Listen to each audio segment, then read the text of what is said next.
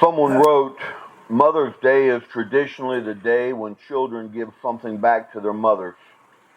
For all the spit they produce to wash dirty faces, all the old gum they hold in their hands, all the noses they wiped, and all the bloody knees they made well with their kisses. This is the day mothers are rewarded for washing sheets in the middle of the night, driving kids to school when they miss the bus, and enduring all those football and soccer games when it's raining outside. It's a day of appreciation for making your children finish something they said they couldn't do, not believing them when they said, I hate you, and sharing their good times and their bad. What are mothers? Mothers are teachers. Mothers are disciplinarians. Mothers are cleaning ladies. Some mothers are gardeners and mowers of lawns. Mothers are nurses and doctors and psychologists and counselors and chauffeurs and coaches. Mothers are developers of personalities, molders of vocabularies and shapers of attitudes.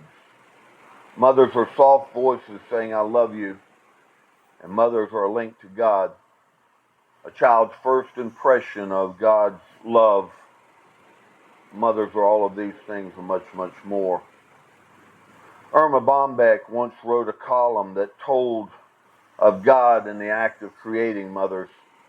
She said that on the day God created mothers, he'd already worked long overtime. An angel said to him, Lord, you sure are spending a lot of time on this one. The Lord turned and said, have you read the specs on this model? She's supposed to be completely washable, but not plastic. She's to have 180 moving parts, all of them replaceable. She's to have a kiss that will heal everything from a broken leg to a broken heart. She's to have a lap that will disappear whenever she stands up. She's to be able to function on black coffee and leftovers. She's supposed to have 6 pairs of hands. 6 pairs of hands, the angel said, that's impossible. It's not the 6 pairs of hands that bother me, said the Lord, it's the 3 pairs of eyes. She's supposed to have 1 pair that sees through closed doors so that whenever she says, what are you kids doing in there? She already knows the answer to the question. She has another pair in the back of her head to see all the things she's not supposed to see but must see. And she has 1 pair right in front that can look at a child who goofed and communicate love and understanding without saying a word. That's too much, said the angel. You can't put that much in 1 model. Why don't you rest for a while and resume your creating tomorrow? No, I can't, said the Lord. I'm close to creating someone very much like myself. I've already come up with a model who can heal herself when she's sick, who can feed a family of 6 with 1 pound of hamburger, and who can persuade a 9-year-old to take a shower. And then the angel looked at the model of motherhood a little more closely and said, she's too soft. Oh, but she is tough, said the Lord. You'd be surprised how much this mother can do. Can she think? Asked the angel. Not only can she think, said the Lord, but she can reason and compromise and persuade. Then the angel reached over and touched her cheek. This one has a leak, he said. I told you couldn't put that much in 1 model. That's not a leak, said the Lord. That's a tear. What's a tear for? Asked the angel. Well, it's for joy, for sadness, for sorrow, for disappointment, for pride. You're a genius, said the angel. Maybe with all this in mind, we can better understand Mrs. Zebedee, the mother of the apostles James and John, when she approached Jesus on their behalf. Look with me there, if you will, please, at Matthew chapter 20. Matthew chapter 20, and we'll begin in verse 20. Matthew chapter 20, beginning in verse 20. Then the mother of Zebedee's sons approached him with her sons. She knelt down to ask him for something. What do you want? He asked her. Promise, she said to him, that these 2 sons of mine may sit, one on your right and the other on your left in your kingdom. Jesus answered, you don't know what you're asking. Are you able to drink the cup that I'm about to drink? We are able, they said to him. He told them, "You will indeed drink my cup, but to sit at my right and my left is not mine to give. Instead, it is for those for whom it has been prepared for my Father." Mrs. Zebedee was aware of the teachings of Jesus about his kingdom. She was also aware of the fact that her sons, James and John, were close to him. They were 2/3 of Jesus' inner circle, Peter, James, and John. So she was certain that when the Lord formed his kingdom, that they would have positions of responsibility and authority. But in the first part of this chapter, Jesus told a story that must have disturbed her a little bit. He told a story about a vineyard owner who went out to hire some labor.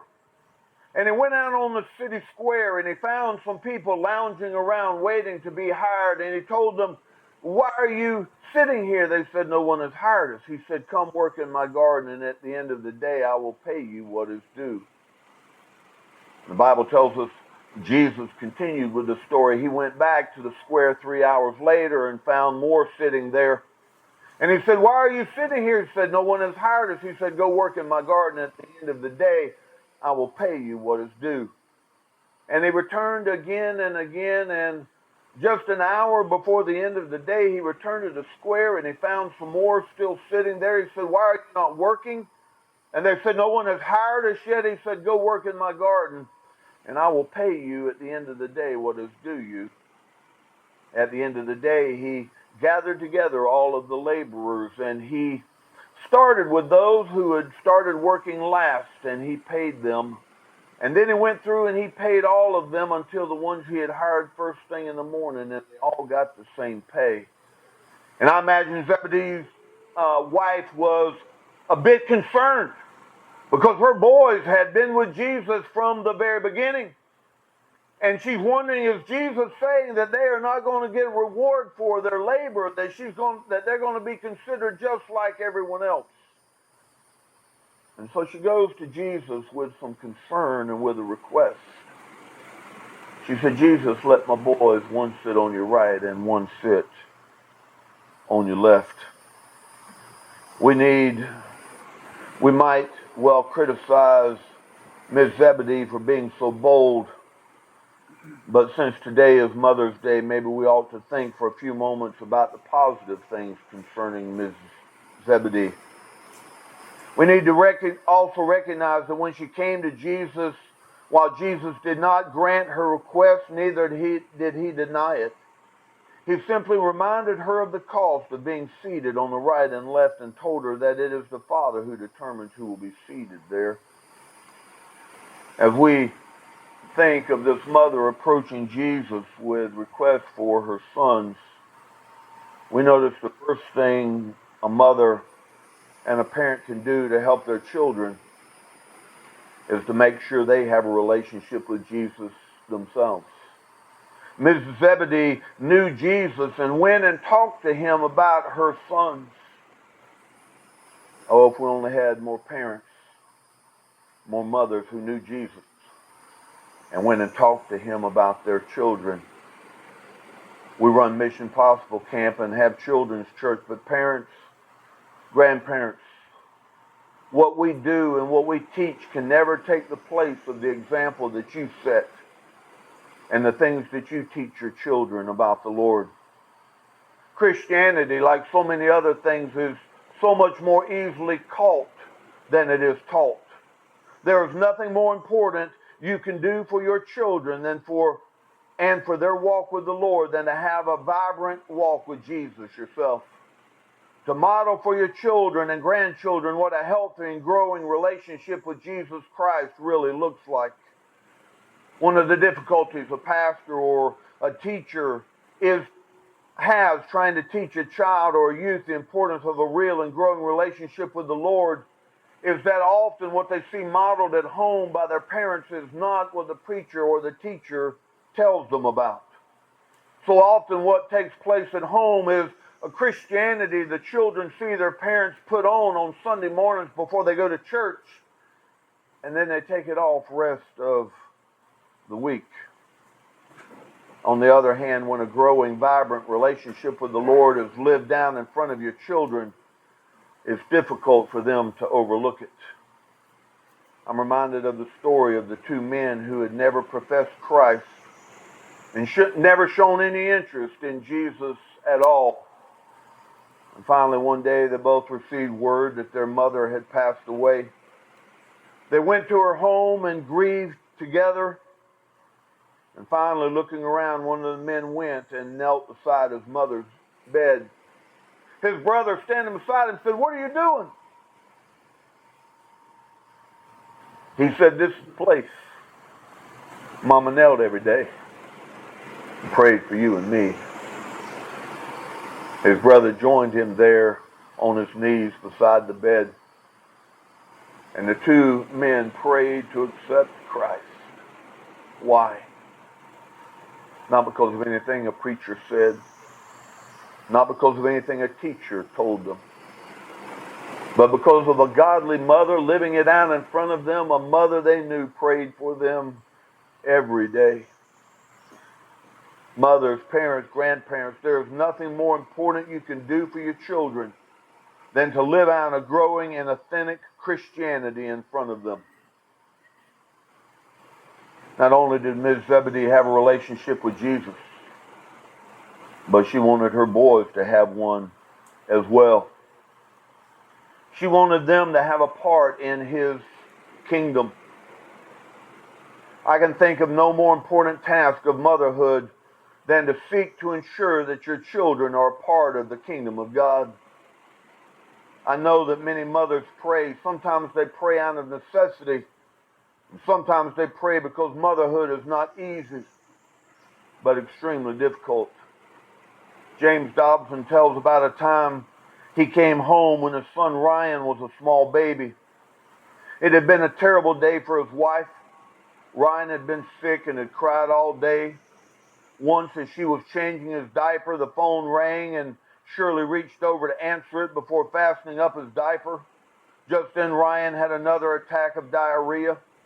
She cleaned up that mess and put him in clean, sweet-smelling clothes, then took him to the living room and fed him.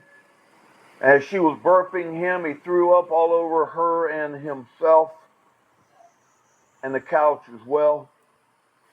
And she cleaned that up. Dobson wrote, "When I came home, I could smell the aroma of motherhood everywhere. Shirley cried out, "Was all of this in my contract?" Sometimes mothers pray just out of the frustration of it all. And sometimes in the frustration of trying to teach our children, we realize the difficulties of communication. A preacher remembered very clearly the time he gave his 27-year-old son, or his 2-year-old son, Steve, his first responsibility. He told his son to watch his sister Susan, his baby sister, while he stepped out of the room. He'd only been gone a few moments when he heard a thump, and then Susan started crying. He rushed back in to find Susan, the baby, lying on the floor crying where she had fallen. Meanwhile, Steve sat there looking so innocent. The man said, "Steve, I told you to watch her." He said, "I did. I watched her roll off the couch and fall on the floor." Being a parent is not easy. Sometimes you're filled with joy and sometimes with sadness. Sometimes your children make you so proud you want to pop your buttons. At other times you can't find enough handkerchiefs to dry your tears. I can understand the feelings of the mother with 3 children who was asked, "If you had it to do all over again, would you still want children?" And she said, "Yes, just not these." Being a parent is not easy. It's difficult. But Ms. Zebedee gives us a valuable example, for she asked earnestly for her sons to be part of his kingdom. We need that same concern for our children. What good is it for our children to become successful at making money and driving fine automobiles and living in good neighborhoods if they don't know God? What good does it do if you prepare them for Harvard but they miss heaven? What does it matter if they gain the whole world but lose their souls? I hope in the hearts of every mother and father here this morning there's a burden to go to the throne of God and to pray for your children, to pray that they will be saved for eternal life. That's a great place to start. She modeled for her children what it meant to know Jesus. She prayed and tried to make sure that they were included as part of the kingdom of God. And third, she wanted her sons to be actively involved in the work of His kingdom. Not only did she ask for her children to be a part of the kingdom, but she said, let them sit on your right hand and your left hand. Now, those sitting on either side of the king are some of the most active, some of the busiest people in the kingdom. They carry a great deal of responsibility. And she said, Jesus, it's not enough for my sons just to be part of your kingdom. I want them to be actively involved. I want them to have something to do. Maybe it's not enough just to be saved. Churches are full of people content just to fill pews on Sunday mornings. There are plenty of people willing to sit back and receive the blessings, but seldom do they get involved in any of the real work going on in the church. But where does the spirit of real service begin? It begins at home with parents setting the example and praying that their sons and daughters might be involved in the work of the kingdom as teachers and leaders and workers, discipling others that they may be the ones to go out and find the lost, to see that the church continues on until Jesus comes again. I was blessed to have such parents. Some of my earliest memories as a child is of my parents volunteering to work with the youth. We were nowhere near teenage years, and yet my parents would teach the youth at the church and take them on activities. And I remember my parents had a Volkswagen station wagon, and they would pack that sucker in with teenagers and shove my brother Dusty and I all the way in the back. And we would go with those teenagers as they visited the shut-ins, and we would go with those teenagers as they went bowling or skating or whatever, because I had parents willing to do the work of the church. And following their example, I started teaching Sunday school before I had finished high school. You see, parents, we need young folks not only content to be part of the kingdom, but people willing to do the work of the kingdom, to reach back and help others become followers of the Lord Jesus Christ themselves. We need folks willing and interested and caring enough to disciple those who come behind them. And parents to teach their children to do the same.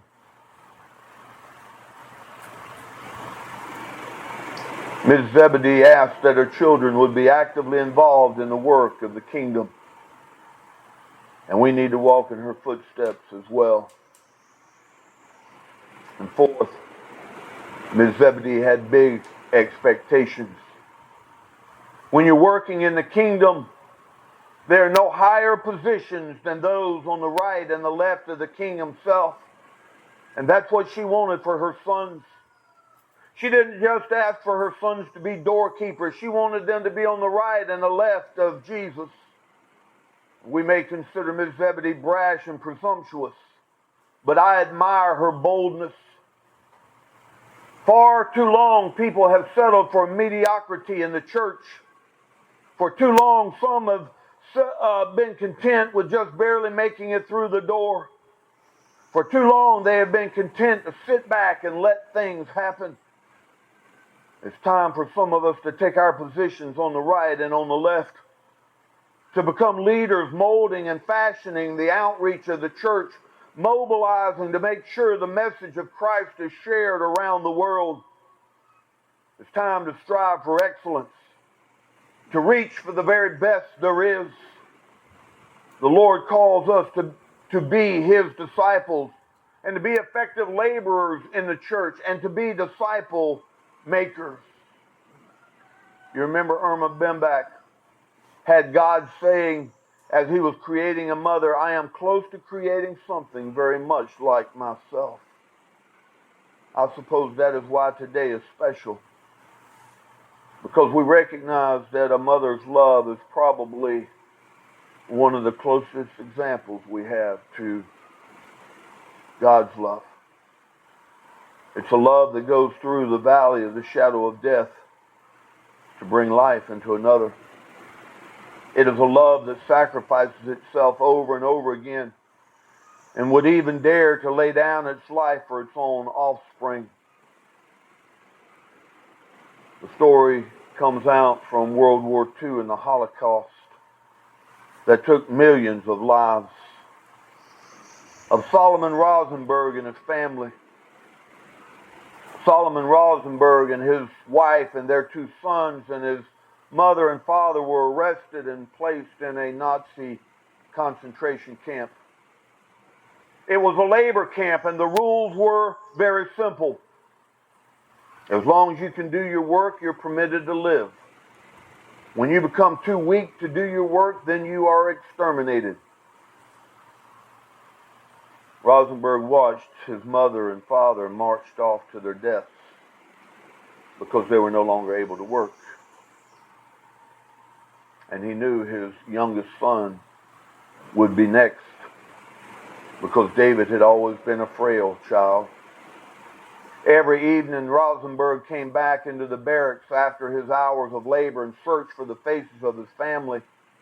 When he found them, they would huddle together, embrace one another, and thank God for another day of life. One day, Rosenberg came back and didn't see those familiar faces. He finally found his oldest son, Joshua, huddled in a corner of the building, crying and praying. He said, Josh, tell me it's not true. Joshua turned and said, it is true, Papa. Today, David was not strong enough to do his work, so they came for him. But where is your mother? Asked Rosenberg. Oh, Papa, he said, when they came for David, he was afraid and he cried. And Mama said, there's nothing to be afraid of, David. And she took his hand and went with him. That is motherhood. Mothers, this is your day. May God bless you in it. And I pray that if there is someone here who has never experienced the love of God that is so close to the love of a mother, that this will be your time of decision. I pray that if you have felt that you have had to walk through the valley alone, that you will recognize that there is a hand reaching out to you saying, behold, I stand at the door and knock. If anyone will hear my voice and open the door, I will come into him and dine with him and sup with him and he with me. And I pray that you will recognize that there is one who has already gone through the valley of the shadow of death for you and made it possible for you to live forever. This morning he extends his invitation. Will you come follow me?